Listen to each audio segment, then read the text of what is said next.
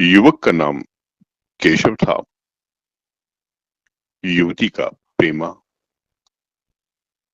दोनों एक ही कॉलेज के और एक ही क्लास के विद्यार्थी थे। केशव नए विचारों का युवक था, जात पात के बंधनों का विरोधी। प्रेमा पुराने संस्कारों की कायल थी, पुरानी मर्यादाओं और प्रथाओं में पूरा विश्वास रखने वाली। लेकिन फिर भी दोनों में गाढ़ा प्रेम हो गया था, और यह बात सारे कॉलेज में मशहूर थी। केशव ब्राह्मण होकर भी वैश्य कन्या प्रेमा से विवाह करके अपना जीवन सार्थक करना चाहता था। उसे अपने माता पिता की परवाह न थी। कुल मर्यादा का विचार भी उसे स्वांग सा लगता था। उसके लिए सत्य कोई वस्तु थी तो प्रेम थी, किंतु प्रेमा के लिए माता पिता और कुल परिवार के आदेश के विरुद्ध एक कदम बढ़ाना भी असंभव था। संध्या का समय है। विक्टोरिया पार्क के एक निर्जन स्थान में दोनों आमने सामने हरियाली पर बैठे हुए हैं। सैर करने वाले एक एक करके विदा हो गए, किंतु ये दोनों अभी वहीं बैठे हुए हैं। उनमें एक ऐसा प्रसंग छिड़ा हुआ है जो किसी तरह समाप्त नहीं होता। केशव ने झुंझलाकर कहा, इसका यह अर्थ है कि तुम्हें मेरी परवाह नहीं है। प्रेमा ने उसको शांत करने की चेष्टा करते हुए कहा, तुम मेरे साथ अन्याय कर रहे हो केशव,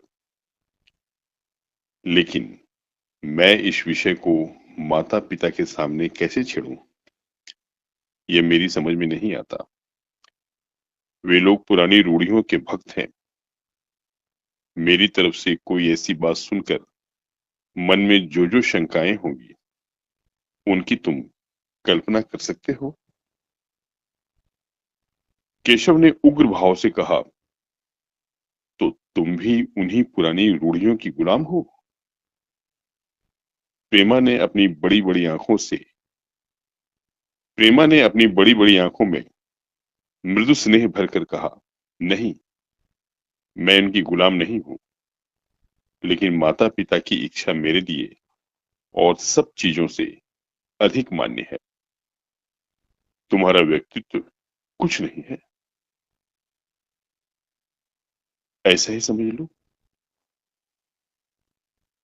मैं तो समझता था कि ये ढकोसले मूर्खों के लिए है, लेकिन अब मालूम हुआ कि तुम जैसी विदुषियां भी उनकी पूजा करती हैं। जब मैं तुम्हारे लिए संसार को छोड़ने को तैयार हूं, तो तुमसे भी यही आशा करता हूं। प्रेमा ने मन में सोचा, मेरा अपनी देह पर क्या अधिकार है। जिन माता पिता ने अपने रक्त से मेरी सृष्टि की है और अपने स्नेह से उसे पाला है, उनकी मर्जी के खिलाफ कोई काम करने का उसे कोई हक नहीं। उसने दीनता के साथ केशव से कहा, क्या प्रेम स्त्री और पुरुष के रूप में ही रह सकता है, मैत्री के रूप में नहीं? मैं तो आत्मा का बंधन समझती हूँ।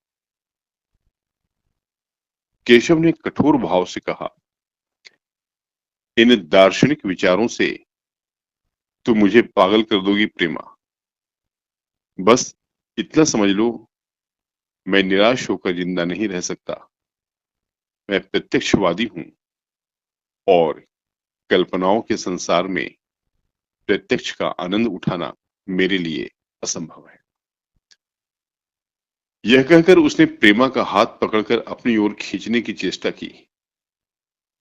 प्रेमा ने झटके से हाथ छुड़ा लिया और बोली, नहीं केशव, मैं कह चुकी हूं कि मैं स्वतंत्र नहीं हूं। तुम मुझसे वह चीज न मांगो जिस पर मेरा कोई अधिकार नहीं है। केशव को अगर प्रेमा ने कठोर शब्द कहे होते तो भी उसे इतना दुख न हुआ होता। एक क्षण तक वह मन मारे बैठा रहा, फिर उठकर निराशा भरे स्वर में बोला, जैसी तुम्हारी इच्छा। आहिस्ता आहिस्ता कदम उठाता हुआ वह वहां से चला गया। प्रेमा अब भी वहीं बैठी आंसू बहाती रही। रात को भोजन करके प्रेमा जब अपनी मां के साथ लेटी तो उसकी आंखों में नींद न थी। केशव ने उसे एक ऐसी बात कह दी थी जो चंचल पानी में पड़ने वाली छाया की तरह उसके दिल पर छाई हुई थी। प्रतिक्षण उसका रूप बदलता था। वह उसे स्थिर न कर सकती थी।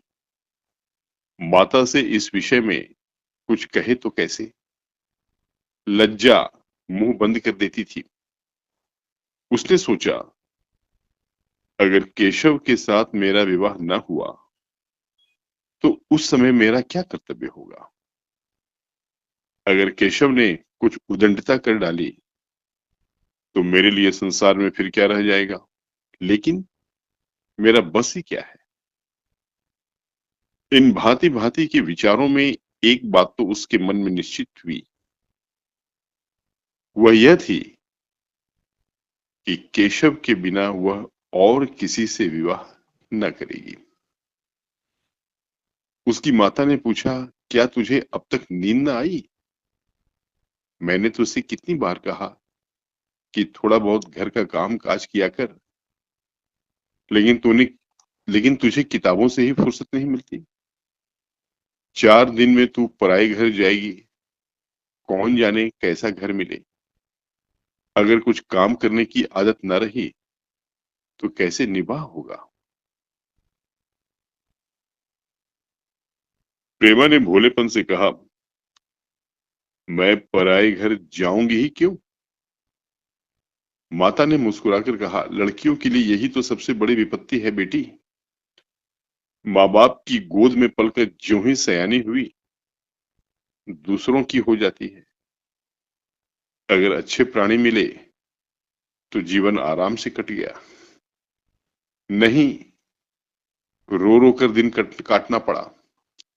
सब कुछ भाग्य के अधीन है। अपनी बिरादरी में तो मुझे कोई घर नहीं भाता, कहीं लड़कियों का आदर नहीं, लेकिन करना तो बिरादरी में ही पड़ेगा। न जाने यह जात पात का बंधन कब टूटेगा। प्रेमा डरते डरते बोली, कहीं कहीं तो बिरादरी के बाहर भी विवाह होने लगे हैं। उसने कहने को कह दिया, लेकिन उसका हृदय कांप रहा था कि माताजी कुछ भांप न जाए। माता ने विस्मय से पूछा, क्या हिंदुओं में ऐसा हुआ है? फिर उसने आप उस प्रश्न का जवाब भी दिया, और 2-4 जगह ऐसा हो भी गया तो उससे क्या होता है? प्रेमा ने इसका कुछ जवाब न दिया। भय हुआ कि माता कहीं उसका आशय समझ न जाए। उसका भविष्य एक अंधेरी खाई की तरह उसके सामने मुंह खोले खड़ा था, मानो उसे निगल जाएगा। उसे न जाने कब नींद आएगी, उसे न जाने कब नींद आ गई। प्रातःकाल प्रेमा सोकर उठी तो उसके मन में एक विचित्र साहस का उदय हो गया था। सभी महत्वपूर्ण फैसले हम आकस्मिक रूप से लिया करते हैं, मानो कोई दैवी शक्ति हमें उनकी ओर खींच ले जाती है। वही हालत प्रेमा की थी। कल तक वह माता पिता के निर्णय को मान्य समझती थी, पर संकट को सामने देखकर उसमें उस वायु की हिम्मत पैदा हो गई जिसके सामने कोई पर्वत आ गया हो।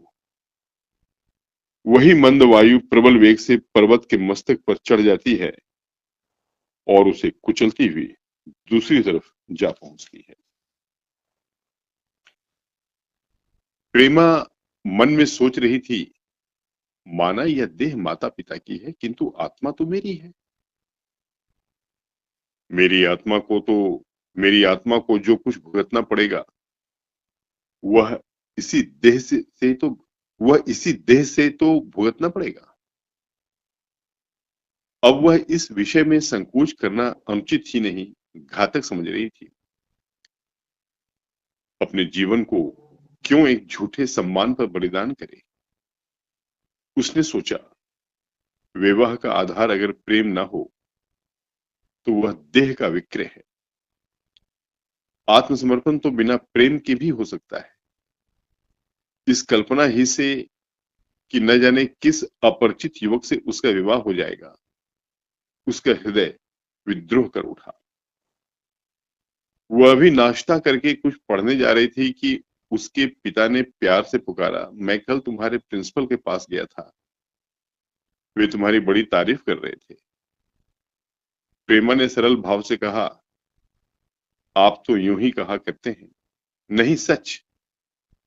यह कहते हुए उन्होंने अपनी मेज की दराज खोली और मखमली चौखटों से जड़ी हुई एक तस्वीर निकालकर उसे दिखाते हुए बोला, यह लड़का आईसीएस के इम्तिहान में प्रथम आया है। इसका नाम तो तुमने सुना होगा। बूढ़े पिता ने ऐसी भूमिका बांध दी थी कि मां उनका आशय न समझ सकी, लेकिन प्रेमा भाप गई। उसका मन तीर की भांति लक्ष्य पर जा पहुंचा। उसने बिना तस्वीर की ओर देखे ही कहा, नहीं, मैंने तो उसका नाम नहीं सुना।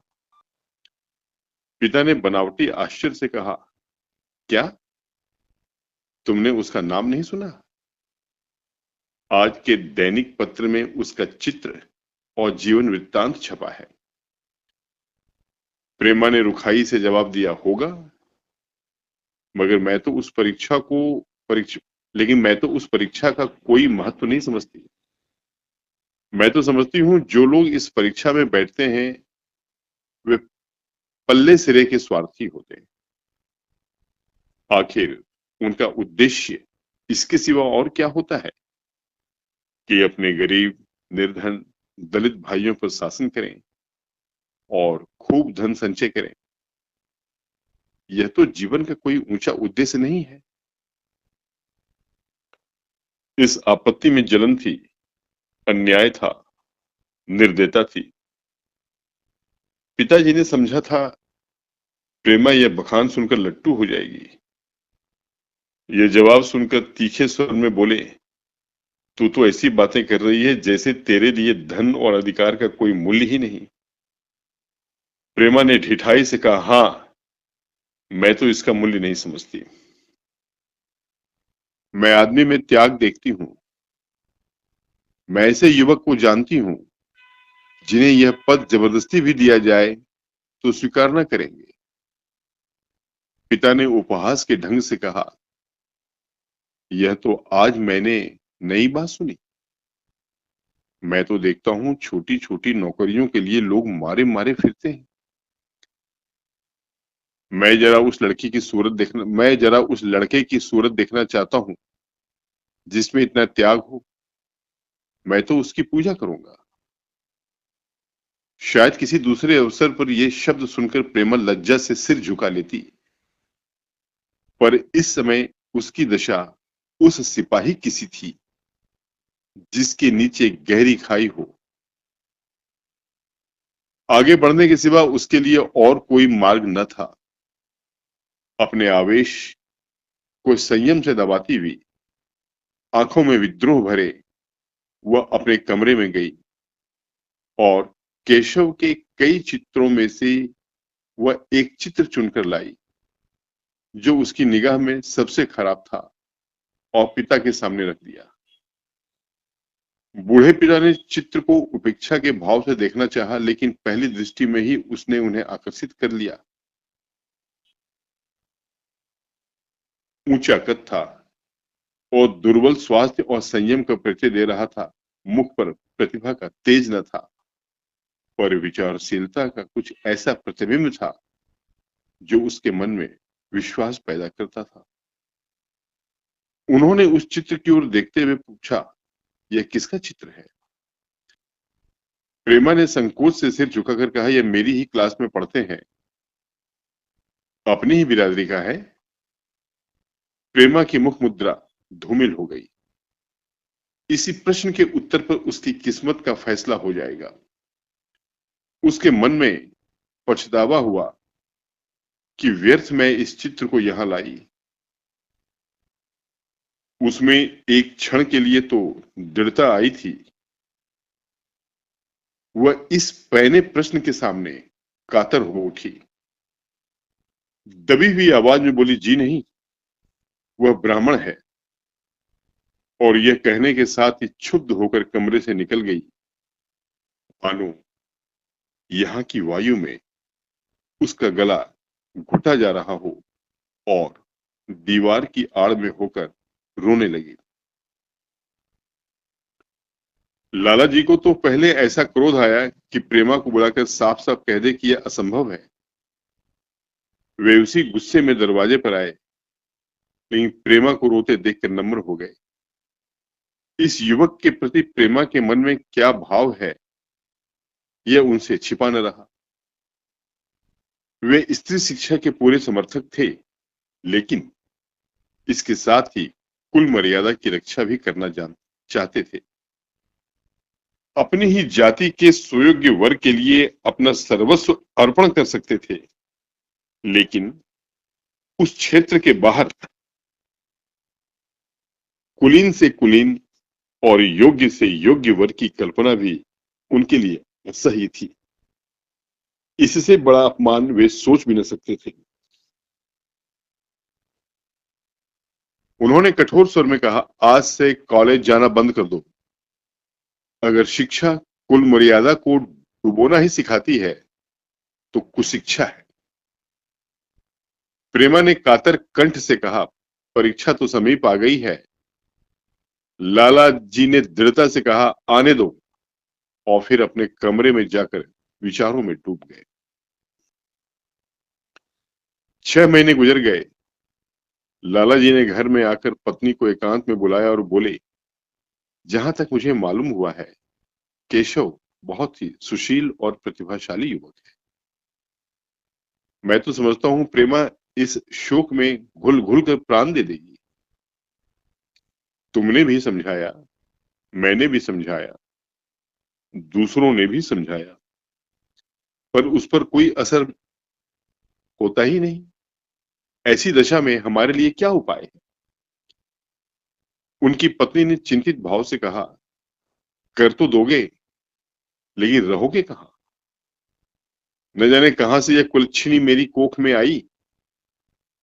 लाला जी ने भवें सिकोड़कर तिरस्कार के साथ कहा, यह तो 1000 दफा सुन चुका हूं, लेकिन कुल मर्यादा के नाम को कहां तक रोएं? चिड़िया का पर खोलकर यह आशा करना कि वह तुम्हारे आंगन में ही फुदकती रहेगी, भ्रम है। मैंने इस प्रश्न पर ठंडे दिल से विचार किया है और इस नतीजे पर पहुंचा हूं कि हमें इस आपद धर्म को स्वीकार कर ही लेना चाहिए। कुल मर्यादा के नाम पर मैं प्रेमा की हत्या नहीं कर सकता। दुनिया हंसती हो हंसे, मगर वह जमाना बहुत जल्द आने वाला है जब ये सभी बंधन टूट जाएंगे। आज भी सैकड़ों विवाह जात पात के बंधनों को तोड़कर हो चुके हैं। अगर विवाह का उद्देश्य स्त्री और पुरुष का सुखमय जीवन है, तो हम प्रेमा की उपेक्षा नहीं कर सकते।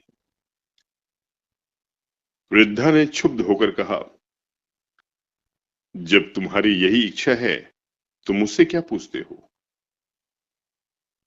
लेकिन मैं कह देती हूं कि मैं इस विवाह के नजदीक न जाऊंगी, न कभी इस छोकरी का मुंह देखूंगी। समझ लूंगी जैसे और सब लड़के मर गए, वैसे ही यह भी मर गई। तो फिर आखिर तुम क्या करने को कहती हो? क्यों नहीं उस लड़के से विवाह कर देते? उसमें क्या बुराई है? वह 2 साल में सिविल सर्विस पास करके आ जाएगा। केशव के पास क्या रखा है? बहुत होगा किसी दफ्तर में क्लर्क हो जाएगा।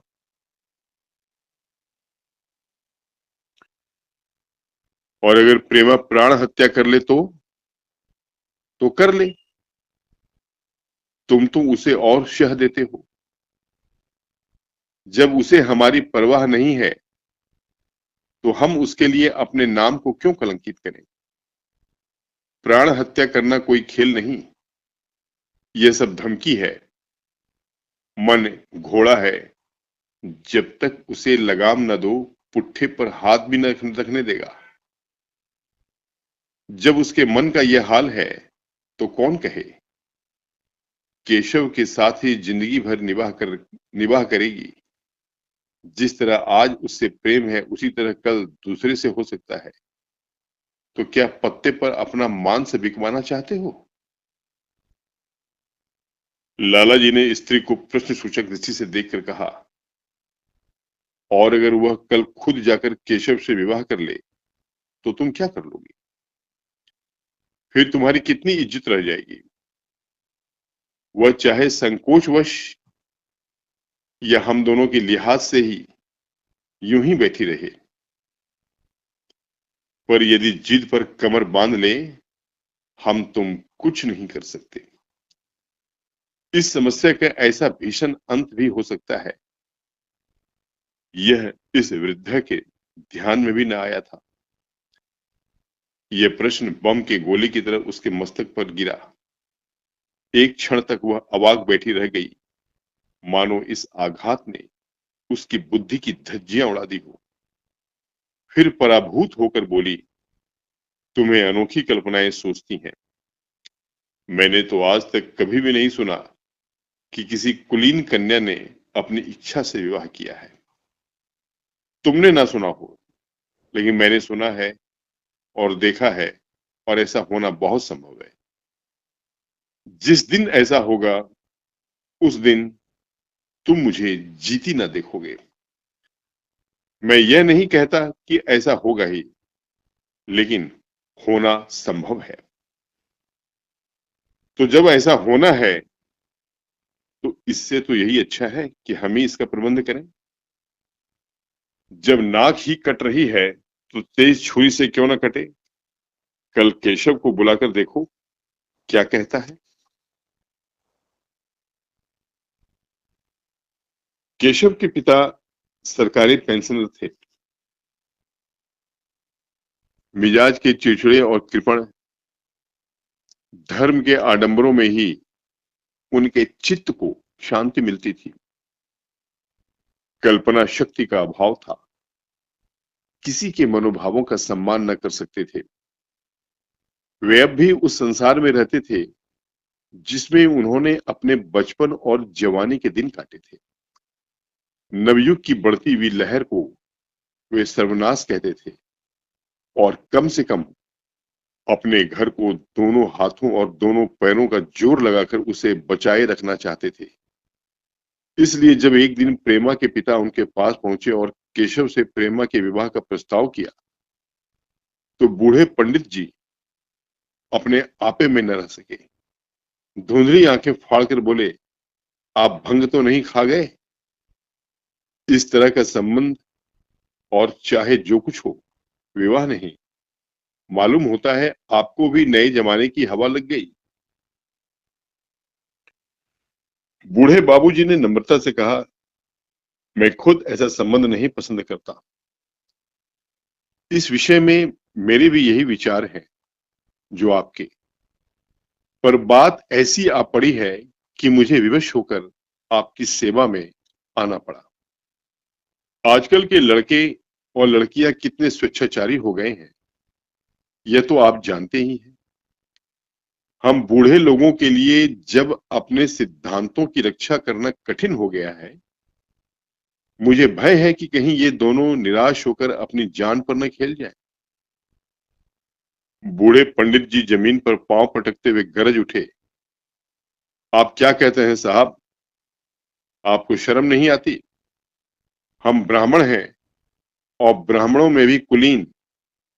ब्राह्मण कितने ही पतित हो गए हों, इतने मर्यादा शून्य नहीं हुए हैं कि बनिए बक्कालों की लड़की से विवाह करते फिरें। जिस दिन कुलीन ब्राह्मणों में लड़कियां न रहेंगी, उस दिन यह समस्या उपस्थित हो सकती है। मैं कहता हूं, आपको मुझसे यह बात कहने का साहस कैसे हुआ? बूढ़े बाबूजी जितना ही दबते थे, उतना ही पंडित जी बिगड़ते थे।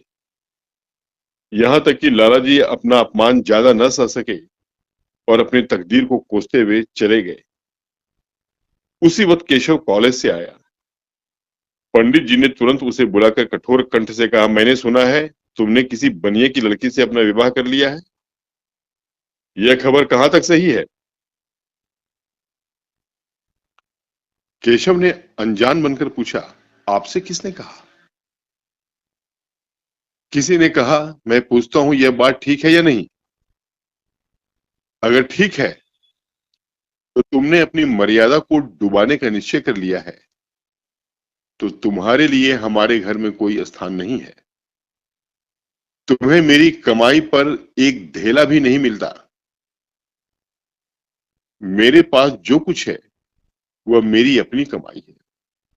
मुझे अख्तियार है कि मैं उसे जिसे चाहूं दे दूं। तुम यह अनिति करके मेरे घर में कदम नहीं रख सकते। केशव पिता के स्वभाव से परिचित था। प्रेमा से उसे प्रेम था। वह गुप्त रूप से प्रेमा से विवाह कर लेना चाहता था। बाप हमेशा तो बैठे न रहेंगे। माता के स्नेह पर उसे विश्वास था। उस प्रेम की तरंग में वह सारे कष्टों को झेलने के लिए तैयार मालूम होता था। लेकिन जैसे कोई कायर सिपाही बंदूक के सामने जाकर हिम्मत खो बैठता है और कदम पीछे हटा लेता है, यही दशा केशव की हुई। वह साधारण युवकों की तरह सिद्धांतों के लिए बड़े बड़े तर्क कर सकता था। जबान से उनमें अपनी भक्ति की दुहाई दे सकता था, लेकिन उसके लिए यातनाएं झेलने की सामर्थ्य उसमें न थी। अगर वह अपनी जिद पर अड़ा और पिताजी ने भी अपनी टेक रखी, तो उसका कहां ठिकाना लगेगा? उसका जीवन ही नष्ट हो जाएगा। उसने दबी जुबान से कहा, जिसने आपसे यह कहा है बिल्कुल झूठा, बिल्कुल झूठ कह रहा है। पंडित जी ने तीव्र नेत्रों से देखकर कहा, तो यह खबर बिल्कुल गलत है? जी हाँ, बिल्कुल गलत है। तो तुम आज भी इसी वक्त तो तुम आज ही इसी वक्त उस बनिए को खत लिख दो, और याद रखो कि अगर इस तरह की चर्चा फिर कभी उठी तो तुम्हारा सबसे बड़ा शत्रु मैं होऊंगा। बस जाओ। केशव और कुछ न कह सका। वह वहां से चला तो ऐसा मालूम होता था कि पैरों में दम नहीं है। दूसरे दिन प्रेमा ने केशव के नाम यह पत्र लिखा, प्रिय केशव, तुम्हारे पूज्य पिताजी ने लाला जी के साथ जो अशिष्ट और अपमानजनक व्यवहार किया, उसका हाल सुनकर मेरे मन में बड़ी शंका उत्पन्न हो रही है। शायद उन्होंने तुम्हें भी डांट फटकार बताई होगी। ऐसी दशा में मैं तुम्हारा निश्चय सुनने के लिए विकल हो रही हूं। तुम्हारे साथ हर तरह का कष्ट झेलने को तैयार हूं। मुझे तुम्हारे पिताजी की संपत्ति का मोह नहीं है। मैं तो केवल तुम्हारा प्रेम चाहती हूं और उसी में प्रसन्न हूं। आज शाम को यहीं आकर भोजन करो। दादा और मां तुमसे मिलने के लिए बहुत इच्छुक है। मैं वह स्वप्न देखने में मग्न हूं जब हम दोनों उस सूत्र में बंध जाएंगे जो टूटना नहीं जानता, जो बड़ी से बड़ी आपत्ति में भी अटूट रहता है। तुम्हारी प्रेमा। संध्या हो गई और इस पत्र का कोई जवाब न आया। उसकी माता बार बार पूछती थी, केशव आए नहीं? बूढ़े लाला जी द्वार की ओर आंख लगाए बैठे थे। यहां तक कि रात के 9 बज गए, पर न तो केशव ही आए, न उनका पत्र। प्रेमा के मन में भांति भांति के संकल्प विकल्प उठ रहे थे। कदाचित उन्हें पत्र लिखने का अवकाश न मिला होगा। या आज आने की फुर्सत न मिली होगी, कल अवश्य आ जाएंगे। केशव ने पहले उसके पास जो प्रेम पत्र लिखे थे उन सब को उसने फिर पढ़ा। उनके एक एक शब्द से कितना अनुराग टपक रहा था, उनमें कितना कंपन था, कितनी विकलता, कितनी तीव्र आकांक्षा। फिर उसे केशव के वे वाक्य याद आए जो उसने सैकड़ों ही बार कहे थे। कितनी बार वह उनके सामने रोया था। इतने प्रमाणों के होते हुए निराशा के लिए कहां स्थान था। मगर फिर भी सारी रात उसका मन जैसे सूली पर टंगा रहा। प्रातःकाल केशव का जवाब आया। प्रेमा ने कांपते हुए हाथों से पत्र लेकर पढ़ा। पत्र हाथ से गिर गया। ऐसा जान पड़ा मानो उसकी देह को रक्त स्थिर हो गया हो। ऐसा जान पड़ा मानो उसकी देह का रक्त स्थिर हो गया हो। लिखा था, मैं बड़े संकट में हूं, तुम्हें क्या जवाब दूं। मैंने इधर इस समस्या पर खूब ठंडे दिल से विचार किया है और इसी नतीजे पर पहुंचा हूं कि वर्तमान दशाओं में मेरे लिए पिताजी की आज्ञा की उपेक्षा करना दुस्सह है। मुझे कायर न समझना, मैं स्वार्थी भी नहीं, लेकिन मेरे सामने जो बाधाएं हैं उस पर विजय पाने की शक्ति मुझ में नहीं है। पुरानी बातों को भूल जाओ। उस समय मैंने इन बाधाओं की कल्पना न की थी। प्रेमा ने एक लंबी गहरी जलती हुई सांस खींची और उस खत को फाड़कर फेंक दिया। उसकी आंखों से अश्रुधारा बहने लगी। जिस केशव को उसने अपने अंतःकरण से वर लिया था वह इतना निष्ठुर हो जाएगा, इसकी उसको रत्ती भर भी आशा न थी। ऐसा मालूम पड़ा मानो अब तक कोई सुनहरा स्वप्न देख रही थी, पर आंख खुलने पर वह सब कुछ अदृश्य हो गया। जीवन में जब आशा ही लुप्त हो गई तो अब अंधकार के सिवा और क्या रखा है। अपने हृदय की सारी संपत्ति लगाकर उसने एक नाव लदवाई थी। वह नाव जलमग्न हो गई। अब दूसरी नाव कौन कहां से लदवाए। अगर वह नाव टूटी है तो उसके साथ वह भी डूब जाएगी। माता ने पूछा, क्या केशव का पत्र है।